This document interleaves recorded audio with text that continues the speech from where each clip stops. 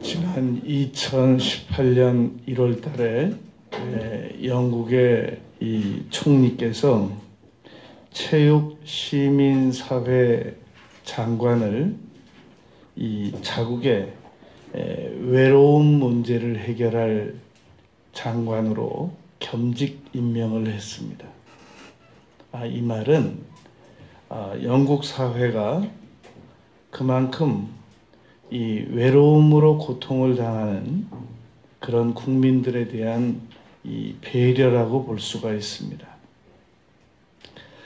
지난 2005년 9월 27일에는 이 대만에서 우울증 치료로 유명한 천귀화라고 하는 이 정신과 의사가 우울증으로 자살을 했습니다.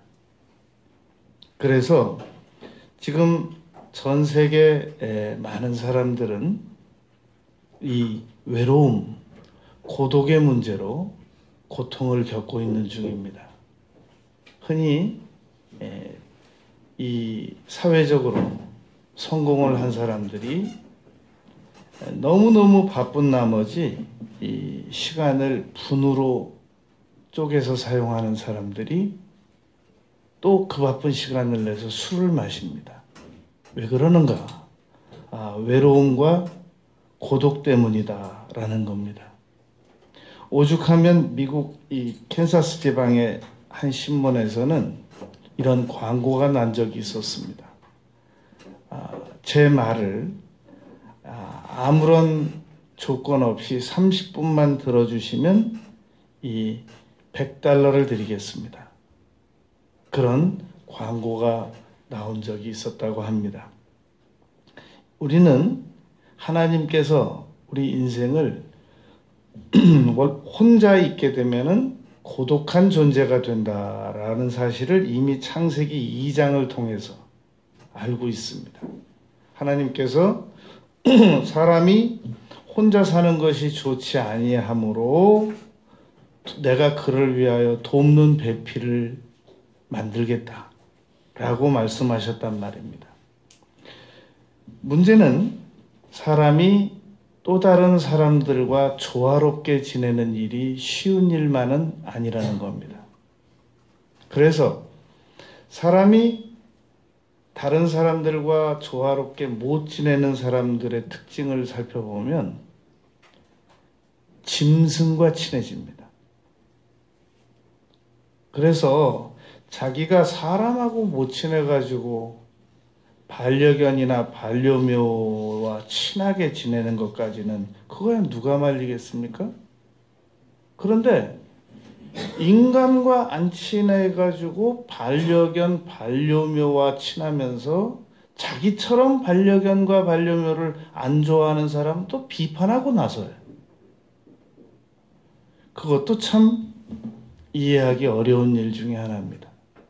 그러면 사람들과 잘 못 지내는 사람들은 이렇게 짐승과 친해지려고 하고, 어떤 사람은 악어도 데려다 키우고 뱀도 데리고 자고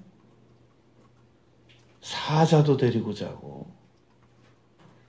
마이클 잭슨은 침팬치를 키웠잖아요. 그래가지고 그 돈으로 침팬지를 수술을 해서 인간처럼 말을 하게 해보려고 많은 그 노력을 했단 말입니다. 침팬지를 데리고 1등석에 태워가지고 다녔잖아요. 해외 공연 다닐 때는. 그러니까 이 사람하고 못 지내는 사람들은 짐승과라도 잘 지내보려고 노력을 한단 말입니다. 한 번은 디스커버리에서 이런 문제를 다루었습니다. 사람하고 짐승하고도 못 지내는 사람, 못 친하는 사람. 그 사람들을 어떻게 불러야 되느냐? 사물성애자라는 겁니다. 그래서 자동차하고 친해보거나 옛 그 건물하고 친해보거나 희한한 그 취미를 가지게 된단 말입니다. 이게 다 인간이 누군가와는 친밀하게 지내보려고 하는 본능이 있는데 그 본능을 잘못 사용할 때 그런 일을 하게 된다는 겁니다. 그래서 우리는 이 문제에 대해서 이 해결책을 찾아야 됩니다. 사람에게는 사회적 본능이 있습니다. 그래서 여러 가지로 이 문제를 해결해 보려고 노력을 하다가 안 되면 잘못된 방법으로도 이걸 충족을 시켜 나가려고 한단 말입니다. 사람은 고통이 다가오면 그 고통을 감내하면서 살지 않고 해결책을 찾아서 이리저리 움직입니다. 문제는 움직일 때 반드시 하나님의 뜻대로만 움직이지 않는다는 겁니다. 잘못된 길로 해결책을 찾아 나서기도 한다는 것이 문제입니다. 예를 들면 사울 왕은 백성들이 사울은 천천히요 다윗은 만만이라고 하는 잘못된 이 정보를 부정적으로 입수한 후에 외로움과 고독이 다가왔습니다. 그러니까 그 문제를 해결하기 위해서 동원한 방법이 군사 3,000명 데리고 자기보다 인기가 좋은 사위 다윗을 죽이러 쫓아다녔다는 겁니다. 잘못된 해결 방법이었다는 말입니다. 너무나도 많은 사람들이 외로움과 고독 문제가 다가왔을 때 잘못된 방식으로 문제를 해결하려고 합니다. 우리가 자녀 양육하는 문제에 있어서도 언제나 하나님의 뜻만 따라서 움직이지 않습니다. 많은 부모들이 잘못된 이 접근과 시도를 합니다. 우리가 논현동에 교회에 있을 때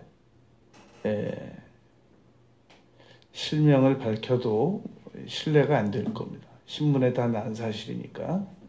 유종근 전 지사가, 전북지사가 우리 교회에 출석을 했죠. 제가 유종근 전 지사가 서울구치소에 있을 때 특별면회를 2번을 갔습니다. 조윤기 목사님도 1번 가고 김장환 목사님도 1번 갔는데 제가 2번 갔어요. 그래서 그랬는지 출소 후에 우리 교회로 출석을 했습니다. 그 후에 부인이 이제 목사가 되고 그래서 자연스럽게 우리 교회에서 옮겨가셨는데 그때 아들 주영이가 3살 때였습니다. 이 아들이 거의 천재적 지능을 가졌어요. 그래서 학교 안 보내고 그 유종근 전 지사가 직접 가르쳤습니다. 영어, 성경, 그리고 검정고시로 학과 패스 시키고 엄마가 평택대에서 박사과정 할 때 청강을 시켰어요. 그리고 그 주영이한테 유목사라고 불렀습니다. 유목사 일로 와서 앉아. 반드시 목사를 만들려고 그 유종근 전 지사가 결심했습니다. 그리고 미국으로 이 필라델피아로 유학을 보냈습니다. 작년에 교통사고로 죽었습니다. 그래서 작년 이 5월 달에 여의도 순복음교회 그 어느 소성전에서 천국 환송 예배를 드렸습니다. 왜 하나님께서는 목사까지 시키겠다고 미국에 유학까지 보낸 아들을 왜 데려가셨겠습니까? 여러분, 미국 유학이 다 하나님 뜻이 아닌 거예요. 저도 전도사 때 미국 유학 가려고 많은 노력했어요. 하나님께서 안 보내셨어요. 개척하라고. 어느 날 꿈꾸고 일어나 보니까 수돗물을 트는데 수돗물에서 막 이 물이 나오더라고요. 그래서 이 유학 다녀 말하는 말이구나. 끝내 못 갔어요. 미국 가는 게 다 하나님 뜻이 아닌 겁니다. 그러니까 우리가 자녀 양육할 때 잘해야 됩니다. 아브라함 때 첫 흉년이 들었습니다. 안 가도 되는 애굽 내려갔잖아요. 아들 이삭이 또 흉년 들었습니다. 애굽으로 가려고 할 때 창세기 26장 1절부터 아브라함 때 첫 흉년이 들었는데 하나님께서 이삭에게 말씀하셨습니다. 애굽으로 내려가지 말고 내가 내게 지시하는 땅에 머물러라. 그러면 내가 너에게 복을 주고, 이 말을 이삭이 들었습니다. 그랬더니 하나님께서 이삭에게 100배의 복을 주셨습니다. 우리가 애들을 내 맘대로 키우는 게 아니에요. 내 직장도 내 맘대로 선택하는 게 아닙니다. 내가 아는 분은, 이분은 연대 세브란스 병원 연세대에서 의대 졸업했어요. 근데 취업이 안 돼요, 국내에서. 그러니까 인도네시아로 가면 그때 당시 20년 전에 500만 원을, 월급을 500만 원 준다는 겁니다. 가려고 그랬죠. 왜냐하면 국내에서 직장이 없으니까. 그래서 인도네시아로 가려고 준비 다 했는데 국내에서 직장이 생겼어요. 우리는 너무 하나님의 뜻을 내 환경 편의적으로 생각하는 경향이 있습니다. 오늘 우리가 다루려고 하는 것은 우리 자녀들이 학교에서 왕따 당하는 문제. 요즘엔 직장 왕따가 있습니다. 사회적 왕따도 있고, 혼밥, 혼자 밥 먹는 거, 혼술, 혼자 술 먹는 거, 혼맥, 혼자 맥주 먹는 거, 혼행, 혼자 여행 다니는 거. 이게 지금 일상화되어 있단 말입니다. 이 문제를 우리가 어떻게 다룰 것이냐 하는 문제입니다. 성경에서는 이 문제를 5가지에 대한 해결책이 있습니다. 첫째는 혼자 고독하게 있는 것은 내가 실패했기 때문이 아니라 미래를 준비하는 시간인 겁니다. 이 남자들은 사회적으로 바빠서 너무 정신이 없으면 내가 그래도 성공했구나 라고 생각을 하게 됩니다. 여성들은 정신없이 바쁘면 이거 내가 실패했구나 라는 생각을 가지게 된단 말입니다. 반대로 여성들은 할 일 없이 남편이 열심히 벌어다 주는 돈 가지고 여유 있게 집에서 쉴 수 있을 때 내가 참 성공했구나 라고 생각을 반대로 하게 되는 경향이 있단 말입니다. 이렇게 남녀 간의 그 문화가 달라요. 사람은 이 혼자 고독하게 외롭게 있게 되는 자체가 얼마나 좋습니까? 미래를 준비하고 공부하고.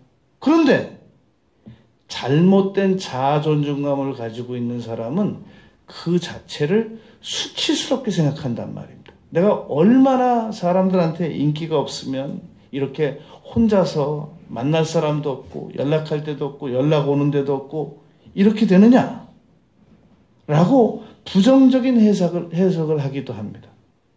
이 사이버를 통해서 많은 친구들을 접하면 될 거 아니에요. 이 사이버가 사람을 더 고독하게 만든다는 겁니다. 오히려 더 사람을 고립시키고 사람을 더 만나러 못 다니게 하고, 그래서 아이들이 핸드폰 하나 가지고 있는 것이 오히려 옛날만큼 이 친구를 못 찾아 나서게 되는 그런 고립 효과를 지금 나타내고 있는 실정입니다. 보통 사람들은 내가 상대방에게 이 사회적 이 계약을 요구합니다. 암묵적으로. 우리가 어느 단체든지 가면 암묵적으로 그 단체에 가서는 해야 될 말이 있고 하지 말아야 될 말이 있습니다. 우리가 어느 외국에 나가면 우리가 사용하던 그동안 이 비언어적 커뮤니케이션이 통과되는 나라가 있고 절대 조심해야 되는 나라가 있단 말입니다. 인도 가서 조심해야 될 거. 그런데 이 장자크 루소는 그런 얘기를 했습니다. 사회적 계약론을 얘기했단 말입니다. 그래서 사람들은 암묵적으로 어느 단체에 가면 말은 안 합니다. 요구를 합니다. 나는 이 집 여기 손님이야. 당신들 나한테 잘해야 돼. 나를 실망시키면 나는 더 이상 안 올 거야. 계약을 주장하고 있거든요. 그러니까 내가 혼자 고독하게 있는 것은 가만히 보면 이 사회적 계약론을 강하게 율법적으로 주장하는 사람들이 혼자 고독한 경우가 많습니다. 다른 사람들이 나를 실망시켰다는 거예요. 그래서 이 사람은 이래서 싫고 저 사람은 저래서 싫고 이 단체는 이래서 싫고 저 단체는 저래서 싫고 그러다 보니까 자꾸 고립된단 말입니다. 그러나 혼자 있는 걸 절대 무서워하지 말아야 됩니다. 디모데후서 1장 15절에 보면 바울 사도께서 이렇게 말씀하셨습니다. 아시아에 있는 모든 사람이 나를 버린 이 일을 디모데에게 네가 안 하니 라고 말했습니다.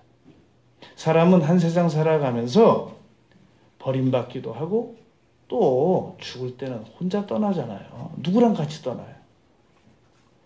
인생은 혼자인 거지. 살아가는 동안 부부도 같이 있고 자녀도 함께 있는 거죠. 그래서 탈무드에는 세 친구가 있다고 그래요. 무덤까지만 따라와주는 친구가 있고 가족들이죠. 그리고 천국까지 따라오는 친구가 있대요. 선행이라는 거. 그런데 우리는 지금 선행에 집중하고 있지 않아요. 무덤까지만 따라와 줄 수 있는 이 가족들에게 전 인생을 걸었어요. 물론 가족은 이득을 고려하지 않고 죽을 때까지 헌신하는 대상인 건 맞습니다. 그러나 이러한 모든 환경을 마련해 주신 하나님을 배제시키고 가족 우선주의를 택하는 것은 그건 우상숭배입니다. 두 번째, 우리가 이 외로움, 고독 문제를 잘 다뤄야 할 부분입니다. 외로움과 소외감, 고독감, 이것은 하나님께 나아갈 때 치료가 되는 거지 어떤 환경과 어떤 사람도 이 문제를 해결해 줄 수 없습니다.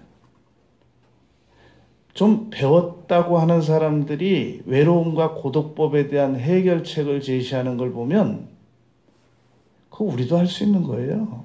평범한 분들도 다 할 수 있습니다. 일하라. 적극적으로 찾아 나서라. 배워라.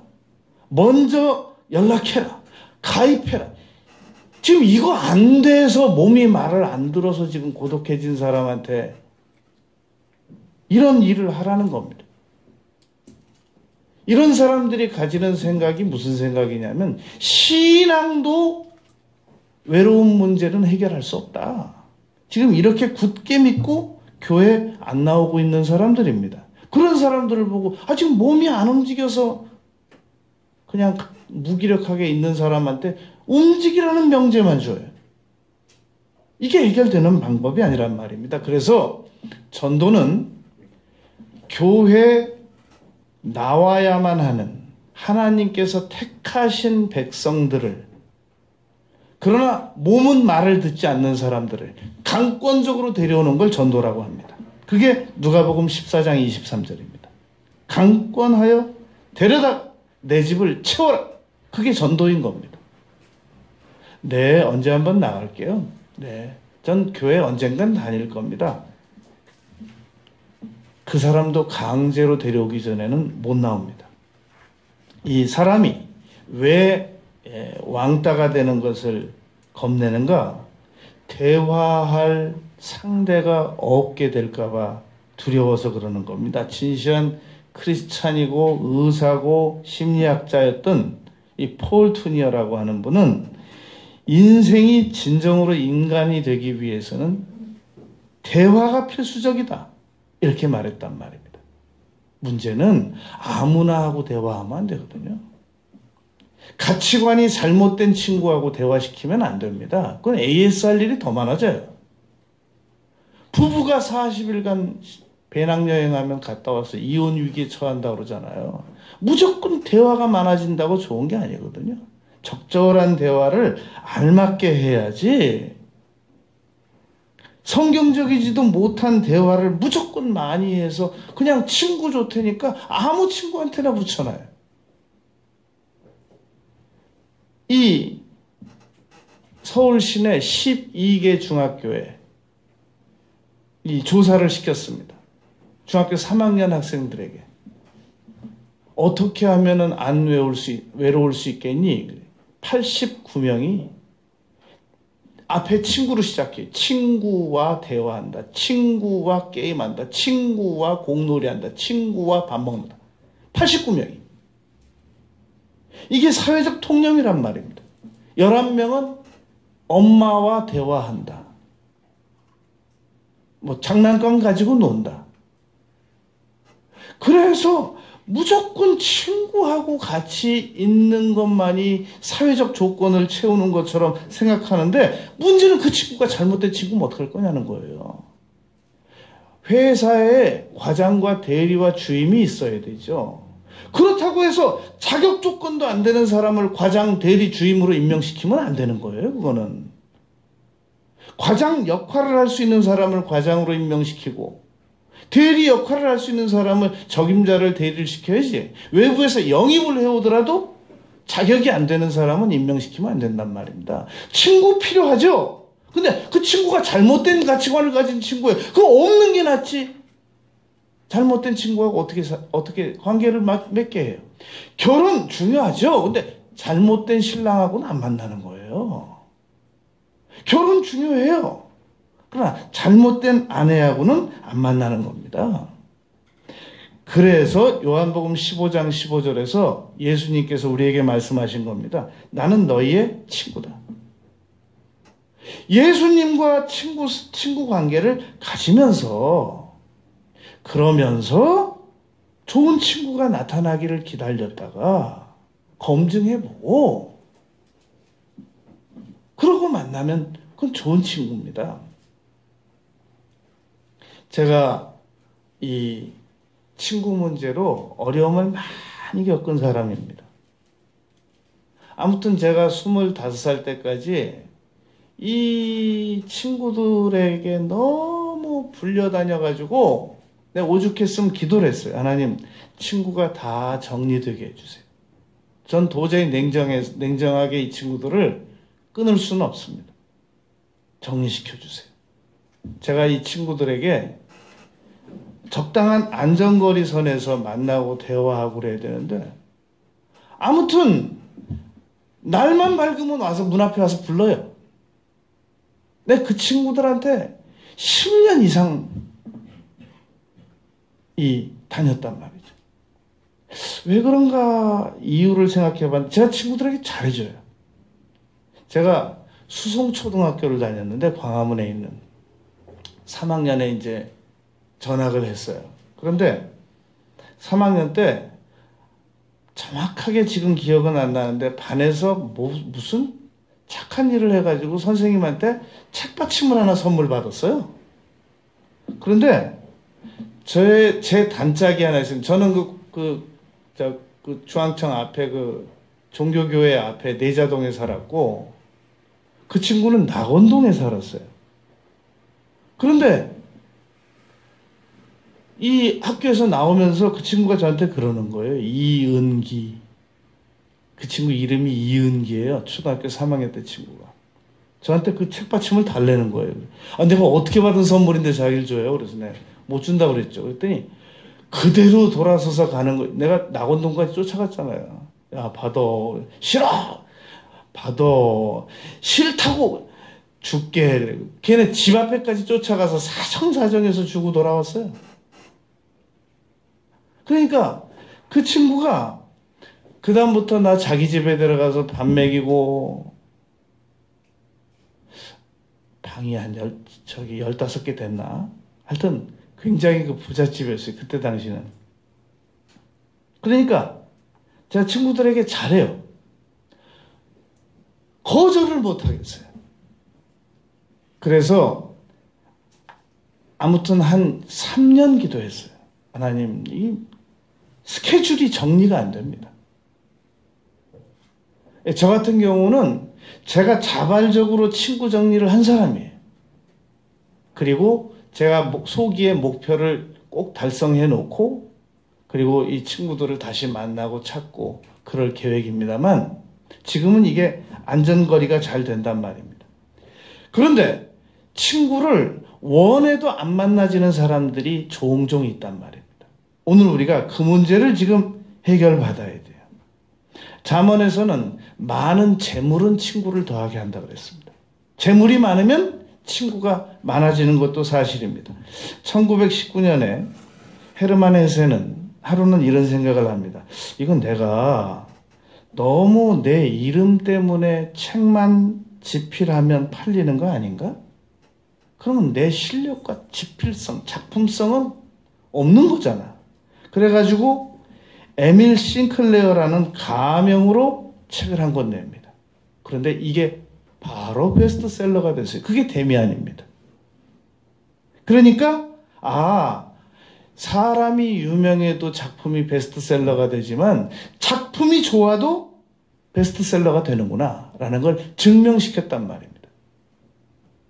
우리가 내가 꼭 유명해야만 재물이 많아야만 좋은 친구가 생기는 건 아닙니다. 내가 친구를 잘 끌어들일 수 있는 인격적 역량을 가지고 있으면 우리가 또 좋은 친구를 만날 수 있단 말입니다. 세 번째, 그러면 어떤 사람들이 왕따가 되느냐는 겁니다. 왕따라는 말은 왕 따돌림의 준말입니다.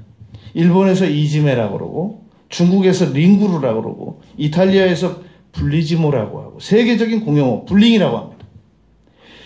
이 중학교에서 어느 기자가 가서 물었습니다. 너희들은 왜 왕따가 반에서 발생한다고 생각하니? 한 학생이 대답을 했습니다. 이 기자에게 제가 볼 때는요, 왕따는 누가 만드는 게 아니라 스스로 왕따가 될 수밖에 없는 충분한 역량을 가지고 있기 때문에 왕따가 된다고 생각해요. 라고 한 학생이 대답을 하더라는 겁니다. 이 사람은 일단 문화가 다르면 사람하고는 안 친해집니다. 그러니까 그 반 전체 문화가 있는데 그 반 전체 문화와 다르게 행동하는 내 자녀가 있다면 그 자녀는 어쩔 수 없이 왕따가 되는 거예요. 그러니까 제가 아는 어느 특수부 검사는 그 아들이 학교에서 왕따 당해가지고 고통을 받으니까 그 왕따 시키는 아이에게 전화를 걸었어요. 검사답게 전화를 했어요. 그때 서울 지검 특수부에 근무하던 때 전화해가지고 그 어린 자기 아들 친구에게 뭐라고 말했냐면 검사님답게 말했어요. 너 땅에다 묻어버린다 이렇게 말했어요. 그랬더니 그 다음부터 이 아들을 왕따 시키는 친구들이 다 없어졌어요. 그런 방법도 있어요. 땅에 묻어버린다는 방법도 있어요. 그런데 문화를 맞춰주면 돼요. 땅에 안 묻어도 장례식 안 치러도 내 아이와 내 아이가 속하는 반과 어울리는 아이들과 문화를 맞춰주면 자연스럽게 왕따는 안 된단 말입니다. 미국의 한 흑인 소녀가 학교 갔다 와가지고 이 대야에다 물을 받아놓고 칼로 자기 살을 긁고 있더래요. 피가 뚝뚝뚝뚝 떨어져. 엄마가 왜 그러냐니까 학교에서 아이들이 자기 피부 검다고 놀려서. 그래서 이 칼로 지금 긁어내는 중이에요. 흰살 나올까봐. 그거 보세요. 문화가 다르면 왕따가 된단 말입니다. 우리 지금 부모들이 가장 겁내는 게 우리 아이들이 학교 가가지고 일진 만날까봐 걱정한다고요. 그래서 무리해서 유학을 보내는 거예요. 돈 들여서. 거긴 일진이 없잖아요. 거긴 총 갖고 쏘지. 예. 그냥 기관총 가지고 학교에서 막 총 난사하지 일진 없어요, 거기는. 그러니까 지금 우리가 학교 다니는 아이들의 통계를 조사해 보면 4명 중 1명이 왕따 당했다는 거예요. 이게 지금 통계입니다. 모든 단체에서 왕따가 있어요. 이 문제를 어떻게 해결할 거냐는 말입니다. 그런데 그 문화적 존중만 못해서 아이들이 왕따가 되느냐? 잘 들어야 됩니다. 부모가 교만하면 아이들의 몸에 그 교만 DNA가 붙어요. 그래가지고 이 교만한 DNA 인자가 몸으로 나타나요. 그래가지고 그 아무것도 모르는 가치관도 형성도 안 된 아이들이 벌써 다른 친구들 한 수 쭉 내려다보고 몸으로 거부 반응을 나타내요. 비언어적 랭귀지가 나온단 말이죠. 애들이 싫어하죠. 왕따 되는 거예요, 그럼. 왜 결혼이 안 될까? 자기보다 더 안 예쁜 사람도 결혼만 잘하더라. 태도가 공손하잖아요. 왜 난 이쁜데 결혼이 안 될까? 태도가 나쁘잖아요.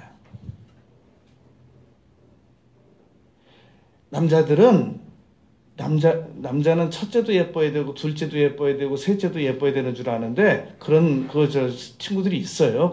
머리가 조금 빈 친구들이 있어요. 그러나 안 예뻐도 태도만 공손하면 얼마든지 좋아하는 남자들 많단 말이죠. 그러니까 우리 여성들은 막 그냥 이 얼굴만 가지고 승부를 하려고 하는데 그러지 않는 방법도 있단 말입니다. 나는 안 예뻐서 이렇게 인기가 없나 봐. 안 예뻐서 인기가 없는 게 아니라 태도가 나빠서 인기가 없는 거예요. 정신을 차려야 돼요. 내가 우리 아이들에게 내 자녀를 이렇게 왕따로 만드는 걸 보니까 내가 역량이 부족한가 봐. 역량은 충분해요.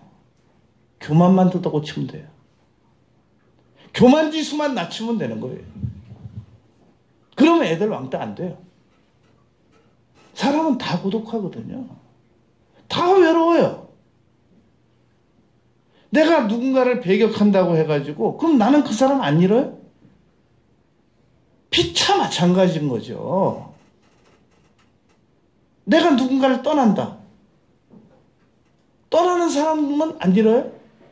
피차 잃는 거죠, 사람은. 그러니까 부모의 교만이 잠재적으로 유전인자처럼 아이들에게 흘러들어가서 아이들이 왕따가 되는 것이란 말입니다.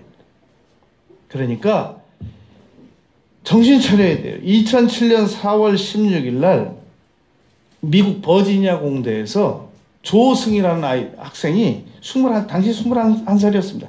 32명을 쏴 죽였어요. 그리고 29명이 상처를 입었어요.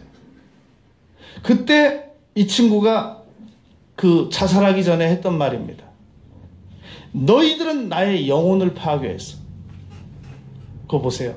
왕따가 영혼을 파괴당하는 일이래요. 왕따가 왕따로 끝나는 게 아니라 최고 살인, 그리고 자살. 이거 심각한 일입니다. 사람이 하루에 외로움을 극심하게 느끼게 되면 담배 한 갑 피우는 것만큼 상처를 입는데요. 우리가 우리 자녀들을 왕따를 안 만들기 위해서 여러 가지를 고려하죠. 그러나 어디에 보내도 왕따 안 당할 수 있는 방법은 겸손해지는 겁니다. 네 번째, 우리가 하나님을 경외하지 않고 세상 친구들과 세속적인 방법으로 외로움을 극복해 보려고 하다가는 중독이라는 난제를 만나게 됩니다. 사람은 여러분 틱 장애 가진 친구들 만나본 적 있습니까? 그 외로움의 소산물이래요. 고독의 소산물이래요. 우리나라 그 유명한 가수 그 조영남 씨 부인이 아들이 틱 장애를 겪었대요. 병원에 데리고 갔더니, 정신과에 데리고 갔더니, 이거는 외로움 때문에 생긴 문제입니다. 자기 가슴이 찢어지는 줄 알았대요. 자기 아들이 외로워서 틱장애가 왔다는 얘기를 듣는 순간 엄마로서 할 수 있는 최고의 표현을 하더라고요. 내 가슴이 찢어지는 줄 알았다고. 그거 보세요. 외로움이 외로움으로 끝나는 게 아니에요. 정서적 지지자가 없거나, 그래서 이 외로움을 잘 다루어줘야 됩니다. 이 외로움, 인간의 뇌는 아무 일도 안 하고 있으면, 우리 자동차는 아무 일도 안 하고 있으면 파킹시키고 시동을 끄잖아요. 그럼 엔진이 쉬잖아요. 우리 뇌는 그렇게 안 돼 있어요. 우리 뇌는 아무 일도 안 하면 시동은 걸려 있는데 앞으로 나가지 않는 정지 상태, 정차 상태가 되는 것이란 말입니다. 그렇기 때문에 우리 뇌는 이 정지 상태에서 가장 쉽게 할 수 있는 일을 합니다. 외로우면. 제일 먼저 하는 게 먹는 거. 그 다음에 하는 거, 전자제품 만지는 거. 그 다음에 하는 거, 중독이란 말입니다. 그래서 외로움을 잘못 다루면 바로 중독으로 돌아가요. 중독으로 들어가는 건 그나마 나아요. 극한 범죄로 들어간단 말입니다. 가인이 그래서 살인한 겁니다. 하나님을 경외하지 않게 만들어 놓고 단지 왕따에서만 안 빠지게 하고 중독으로만 안 빠지게 하려고 하면 그게 그대로 되는 게 아니란 말입니다. 나중에 가인이 울부짖잖아요. 세상에 두렵습니다. 내가 유리하는 고통입니다. 그래서 사람은 성취 방법이 나쁘면 행복하지 못합니다. 행복하지 못하면 고립되고, 고립되면 외롭고, 외로우면 범죄하고, 범죄 안 하는 사람이 자기 중독으로 빠져들어간다는 말입니다. 다섯 번째, 그래서 우리가 하나님께 꼭 필요한 좋은 친구들을 보내달라고 기도를 드려야 됩니다. 여러분, 친구가 많다고 외롭지 않은 건 아닙니다. 반대로 친구가 적다고 외로운 것도 아닙니다. 사람은 얼마나 생산적인 일을 많이 하느냐, 분명한 희망과 목표를 가지고 있느냐, 그런 일로 말미암아 이 행복과 외로움이 결정되는 겁니다. 이 미국의 유명한 세들백교회 릭 워렌 목사님의 그 목표를 추구하는 그 책에 보면 전도 대상자에 대한 그 그림이 나와 있습니다. 왜 그 그림이 나와 있느냐? 당신이 전도하고 싶은 사람을 적으라는 겁니다. 자, 이 가상적으로 남자냐 여자냐, 남자를 적어놓고 그려놓고 이 남자를 자, 몇 살이면 좋겠냐? 이 문화를 측정하는 거예요. 내가 선호하는 문화 측정. 자, 당신 이 남자가 몇 살이면 좋겠냐? 자, 이 사람이 키가 얼마면 좋겠냐? 가방은 뭘 들었으면 좋겠냐? 이 사람이 어느 대학을 나왔으면 좋겠냐? 이 사람이 핸드폰은 어떤 걸 사용했으면 좋겠냐? 다 그리라는 겁니다. 구체적으로. 그림을 완성시키고 나면 바로 이런 사람을 당신이 문화적으로 선호하는 거니까 이런 사람을 전도 대상자로 찾아라! 설득력 있잖아요. 자, 우리 자녀들에게 친구를 붙여줄 때 무조건 아무나 하고 같은 학교 다니니까 사귀어라. 그러지 말고 그리라고 그러세요. 자, 너는 어떤 친구를 원하냐? 자, 배우자를 우리가 원할 때 구체적으로 말하라고 그러세요. 자, 너는 어떤 배우자를 원하냐? 적으세요. 잠언 오늘 본문 말씀입니다. 18장 24절. 많은 친구를 얻는 자는 해를 당하게 되거니와. 성경이에요, 이거. 많은 친구가 좋은 게 아니란 말이에요. 많은 친구를 얻는 자는 해를 당하게 되거니와. 어떤 친구는 형제보다 친밀하니라. 잠언에서 형제는 위급할 때를 대비하여 있다고 그랬습니다. 그런데 형제보다 더 친밀하대요.